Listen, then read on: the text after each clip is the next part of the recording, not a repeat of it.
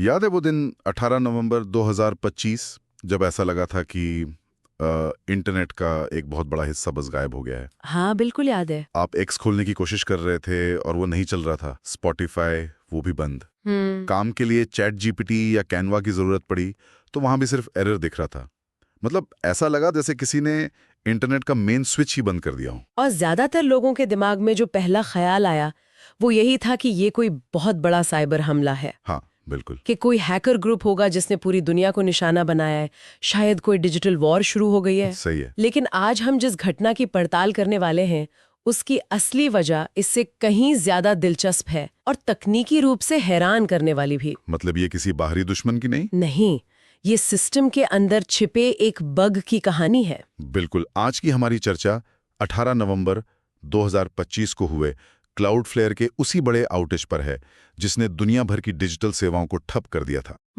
और हमारा मिशन सिर्फ ये जानना नहीं है कि क्या हुआ, बल्कि हम ये समझना चाहते हैं कि कैसे एक कंपनी की अंदरूनी तकनीकी गड़बड़ी असल में पूरे इंटरनेट की समस्या बन गई। और सबसे जरूरी, हम सब इससे क्या सबक सीख सकते हैं। चलिए तो फिर इस मामले की तह तक चलते हैं। जरूर, क्योंकि ये घटना हमें आधुनिक इंटरनेट की बनावट और उसकी उन कमजोरियों के बारे में बहुत कुछ सिखाती है जिन पर हम अक्सर ध्यान नहीं देते। तो शुरुआत करते हैं बिल्कुल बेसिक से। जब लोगों की स्क्रीन पर एरर मैसेज आ रहे थे तब पर्दे के पीछे ठीक ठीक हो क्या रहा था?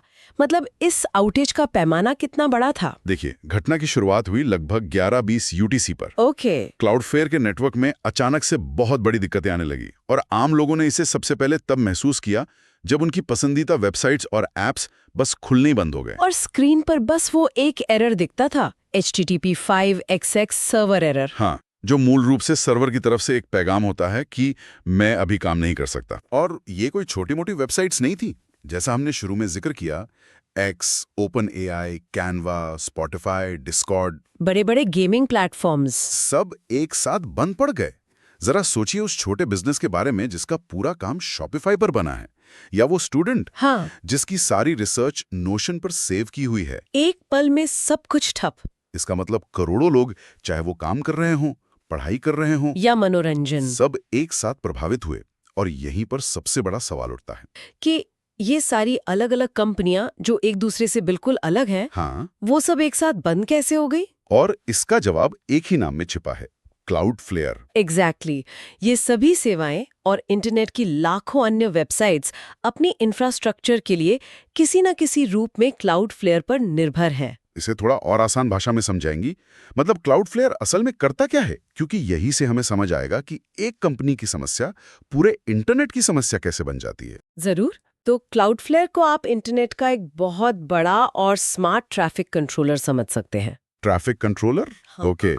जब आप किसी वेबसाइट पर जाते हैं तो आपका कनेक्शन सीधे उस वेबसाइट के सर्वर तक नहीं जाता, बल्कि अक्सर क्लाउडफ्लेयर के दुनिया भर में फैले नेटवर्क से होकर गुजरता है। अच्छा। क्लाउडफ्लेयर वेबसाइट को तेज बनाता है, उसे DDoS जैसे साइबर हमलों से बचाता है और दुनिया भर के ट्रैफिक को मैनेज करता है।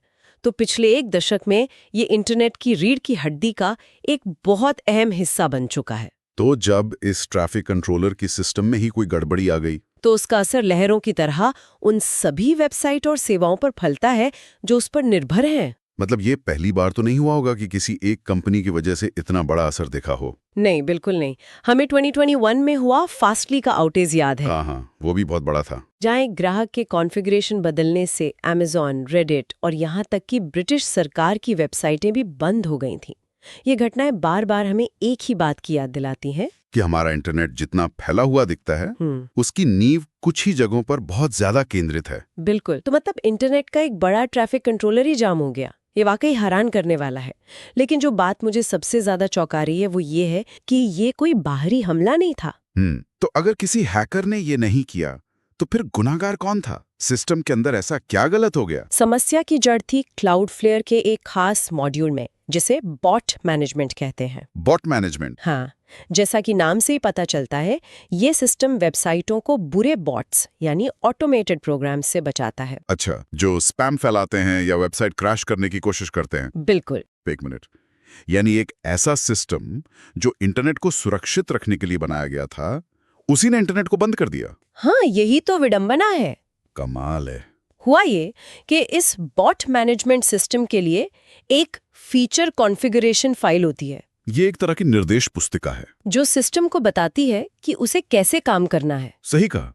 और ये फाइल सिस्टम द्वारा अपने आप बनती है, मतलब ऑटो जनरेट होती है।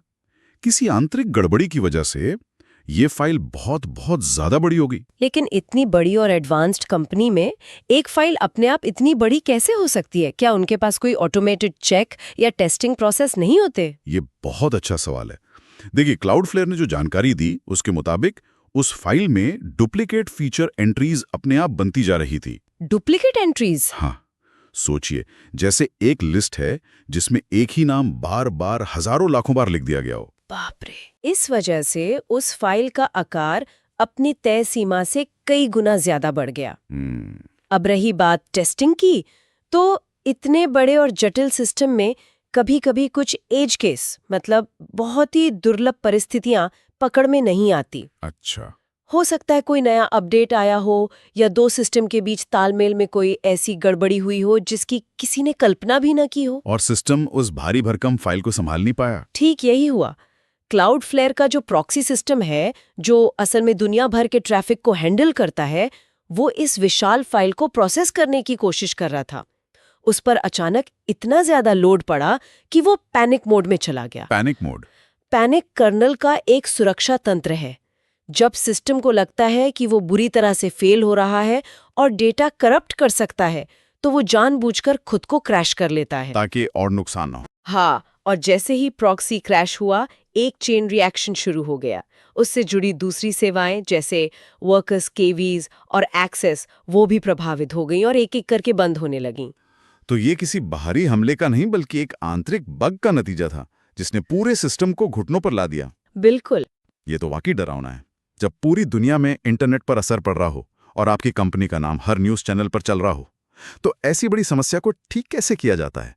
मतलब इंजीनियरिंग टीम पर तो बहुत ज्यादा दबाव होगा। दबाव तो कल्पना से भी ज्यादा रहा होगा। सोचिए, दुनिया भर में आपके क्लाइंट्स के लिए हर मिनट लाखों डॉलर का नुकसान हो रहा है और सबकी नजरें आप पर हैं। हाँ, ऐसे में उन्होंने समस्या को ठीक करने के लिए एक बहुत ही साधा हुआ और स्टेप बाय स्टेप तरीका अपनाया। सबसे पहला कदम था नुकसान को तुरंत रोकना। तो उन्होंने उस बड़ी फाइल को हटा दिया होगा। उन्होंने उसके पुराने सही वर्जन को वापस सिस्टम में डाल दिया, जिसे तकनीकी भाषा में रोल बैक करना कहते हैं, ताकि सिस्टम कम से कम पुरानी सही स्थिति में वापस आ जाए। बिल्कुल। और इसके साथ ही उन्होंने फाइल के ऑटो जनरेशन की प्रक्रिया को तुरंत बंद कर दिया। ये बहुत जरूरी था ताकि और भी ऐसी खराब फाइलें ना बने। इसके बाद उन्होंने सिस्टम के अलग अलग हिस्सों पर दबाव कम करना शुरू किया। लगभग 13.04 UTC तक उन्होंने वर्कर्स केवी नाम की सेवा के लिए एक बाईपास बनाया, ताकि ट्रैफिक उस प्रभावित हिस्से से होकर ना गुजरे। हाँ, और सेवाएं धीरे धीरे वापस आने लगे। फिर बहुत सावधानी से उन्होंने सही वर्जन वाली फाइल को धीरे धीरे पूरे नेटवर्क में वापस भेजना शुरू किया। ये बहुत नाजुक प्रक्रिया रही होगी। बहुत ज्यादा, क्योंकि अगर इसमें जरा सी भी जल्दीबाजी की गई तो सिस्टम दोबारा क्रैश हो सकता है। अगर हम टाइमलाइन पर ध्यान दें तो ये सब काफी लंबा चला। समस्या सुबह 11.20 UTC पर शुरू हुई और पूरी तरह से ठीक होने की घोषणा हुई 17.06 UTC पर। हाँ, लगभग 6 घंटे। ये बहुत लंबा समय है, जो दिखाता है कि समस्या कितनी गंभीर थी। और दिलचस्प बात यह है कि घोषणा के बाद भी कुछ लोगों को समस्याएं आ रही थी, खास तौर पर वो लोग जो क्लाउडफ्लेयर का डैशबोर्ड इस्तेमाल करने की कोशिश कर रहे थे। अच्छा, उनका कंट्रोल पैनल। हाँ, उन्हें लॉगिन करने में दिक्कत हो रही थी। ऐसा इसलिए हुआ क्योंकि उनका टर्नस्टाइल नाम का वेरिफिकेशन सिस्टम, जो ये पक्का करता है कि लॉगिन करने वाला इंसान है या बॉट, वो भी प्रभावित हुआ था। हाँ, तो असर इतना गहरा था कि मुख्य समस्या ठीक होने के बाद भी उसके छोटे-मोटे झटके घंटों तक महसूस किए जा रहे थे। इतनी बड़ी घटना के बाद जाहिर है कि क्लाउडफ्लेयर को जवाब देना पड़ा होगा। उनकी तरफ से आधिकारिक प्रतिक्रिया क्या थी? उन्होंने पूरी जिम्मेदारी ली। क्लाउडफ्लेयर के बयान में इस आउटेज को अस्वीकार्य बताया गया और उन्होंने अपने सभी ग्राहकों से माफी मांगी। लेकिन सिर्फ माफी मांगना काफी नहीं होता। क्या उन्होंने भविष्य में ऐसी घटनाओं को रोकने के लिए कोई ठोस योजना भी बताई? हाँ, और वही इस मामले का सबसे दिलचस्प हिस्सा है। उन्होंने 2 मुख्य सुधारों की बात की। पहला, वो कॉन्फ़िग फाइल इनपुट वैलिडेशन को और मजबूत करेंगे। इसका मतलब है एक तरह का ऑटोमेटेड क्वालिटी कंट्रोल। बिल्कुल। भविष्य में सिस्टम किसी भी कॉन्फ़िगरेशन फाइल को नेटवर्क में भेजने से पहले उसकी अच्छी तरह से जांच करेगा कि फाइल का आकार सही है या नहीं, उसमें कोई डुप्लीकेट एंट्री तो नहीं है। एग्जैक्टली और अगर फाइल जांच में पास नहीं होती तो सिस्टम उसे अपने आप रिजेक्ट कर देगा। ये तो जरूरी है, लेकिन ये सिर्फ बचाव का एक तरीका है। क्या कोई ऐसा तरीका भी है जिससे समस्या होने पर उसे तुरंत रोका जा सके, मतलब एक तरह का इमरजेंसी ब्रेक? आपने बिल्कुल सही शब्द इस्तेमाल किया। उनका दूसरा और सबसे महत्वपूर्ण सुधार यही है, वो अपने सिस्टम में ग्लोबल किल स्विच जोड़ने पर विचार कर रहे हैं। Kill switch? ये सुनने में तो किसी एक्शन फिल्म जैसा लगता है। काम भी वैसा ही है। मान लीजिए भविष्य में कोई फीचर या कोई फाइल फिर से गड़बड़ी पैदा करने लगती है, तो इंजीनियर के पास एक बटन होगा, उस एक बटन को दबाते ही वो खास फीचर पूरे ग्लोबल नेटवर्क पर तुरंत बंद हो जाएगा, बिना पूरे सिस्टम को बंद किए। हाँ, इससे समस्या को फैलने से पहले ही एक झटके में रोका जा सकेगा। ये सुनने में तो बहुत अच्छा लगता है। लेकिन क्या इस किल स्विच का भी कोई खतरा है? क्या हो अगर कोई इसे गलती से दबा दे? आपका संदेह बिल्कुल जायज है। ये एक बहुत शक्तिशाली टूल है और इसके अपने खतरे हैं। हाँ, क्योंकि एक बटन से पूरे ग्लोबल फीचर को बंद करना भी तो अपने आप में एक बहुत बड़ा जोखिम है। बिल्कुल। इसीलिए ऐसे सिस्टम्स को बहुत सारी सुरक्षा परतों के साथ बनाया जाता है। जैसे इसे एक्टिवेट करने के लिए शायद एक से ज्यादा इंजीनियर की मंजूरी लगे, जिसे 2% रूल कहते हैं। हाँ, या फिर इसका एक बहुत सख्त प्रोटोकॉल होगा। लेकिन जब आप इतने बड़े पैमाने पर काम करते हैं तो कभी-कभी एक नियंत्रित जोखिम उठाना पूरी तरह से ठप पड़ जाने से बेहतर होता है। तो ये सब सुनने के बाद अब हम आते हैं सबसे बड़े सवाल पर। इस पूरी घटना का मतलब क्या है? हमें इससे बड़ी सीख क्या मिलती है? अगर हम इसे बड़े परिप्रेक्ष्य से देखें तो ये हमें आधुनिक इंटरनेट की एक बहुत बड़ी और थोड़ी डरावनी सच्चाई दिखाती है, और वो है इसका केंद्रीकरण, सेंट्रलाइजेशन। हाँ, सोचिए कि इंटरनेट एक बहुत बड़ा शहर है, लेकिन उस शहर में पानी, बिजली और सड़क की सप्लाई सिर्फ 3 या 4 कंपनियां ही कर रही हैं। अगर उनमें से किसी एक की मेन पाइपलाइन फट जाए तो शहर का एक बड़ा हिस्सा अंधेरे में डूब जाएगा। इसका मतलब ये हुआ कि एक कंपनी के अंदर हुई एक तकनीकी गड़बड़ी से ऐसा महसूस हो सकता है जैसे आधा इंटरनेट ही बंद हो गया। बिल्कुल, क्योंकि असल में वो आधा इंटरनेट उसी एक कंपनी की नींव पर खड़ा है। हाँ। और दूसरी बड़ी सीख ये है कि खतरा हमेशा बाहर से नहीं आता।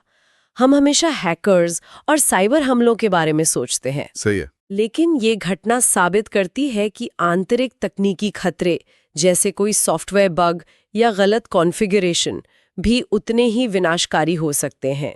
तो अगर हम सब एक ही बिल्डिंग में रह रहे हैं और पानी की सप्लाई एक ही पाइपलाइन से आ रही है, तो हमारा प्लान बी क्या हो सकता है? क्या कोई है भी? ये आज के डिजिटल युग का सबसे बड़ा सवाल है। बड़ी कंपनियों के लिए एक प्लान बी हो सकता है, जिसे मल्टी क्लाउड रणनीति कहते हैं। मतलब एक से ज्यादा प्रोवाइडर पर निर्भर रहना। हाँ, वो सिर्फ क्लाउडफ्लेयर पर ही नहीं, बल्कि उसके किसी प्रतियोगी जैसे अकमाई या फासली पर भी निर्भर रहें, ताकि अगर एक सेवा बंद हो तो ट्रैफिक अपने आप दूसरी पर चला जाए। लेकिन ये बहुत महंगा और तकनीकी रूप से जटिल होता होगा। बिल्कुल। और छोटे व्यवसायों या हम जैसे आम लोगों के लिए? उनके लिए बहुत मुश्किल है। एक छोटा ऑनलाइन स्टोर चलाने वाला मल्टी क्लाउड का खर्च नहीं उठा सकता। ज्यादा से ज्यादा आप अपने डेटा का ऑफलाइन बैकअप रख सकते हैं। लेकिन जब आपकी पूरी वेबसाइट ही बंद हो जाए तो आप कुछ नहीं कर सकते। हाँ, तब आप असहाय हो जाते हैं। सच्चाई ये है कि ज्यादातर लोगों के लिए कोई आसान प्लान भी नहीं है।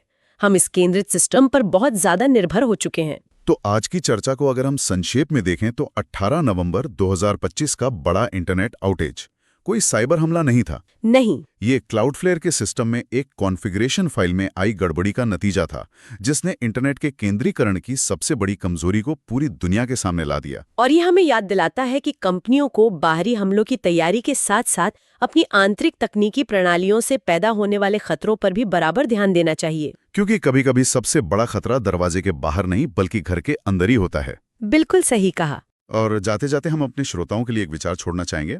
ये घटना हमें सोचने पर मजबूर करती है। जब इंटरनेट की नींव कुछ ही कंपनियां हैं और एक व्यवहारिक प्लान बी ज्यादातर लोगों की पहुंच से बाहर है, तो क्या हमें इस निर्भरता को एक नई सच्चाई मानकर स्वीकार कर लेना चाहिए? या फिर हमें एक ऐसे इंटरनेट के बारे में सोचना शुरू करना चाहिए जो ज्यादा विकेंद्रीकृत, मतलब डिसेंट्रलाइज्ड और मजबूत हो, जहां किसी एक हिस्से की विफलता पूरे सिस्टम को ठप ना कर दे? और वैसा इंटरनेट दिखेगा कैसा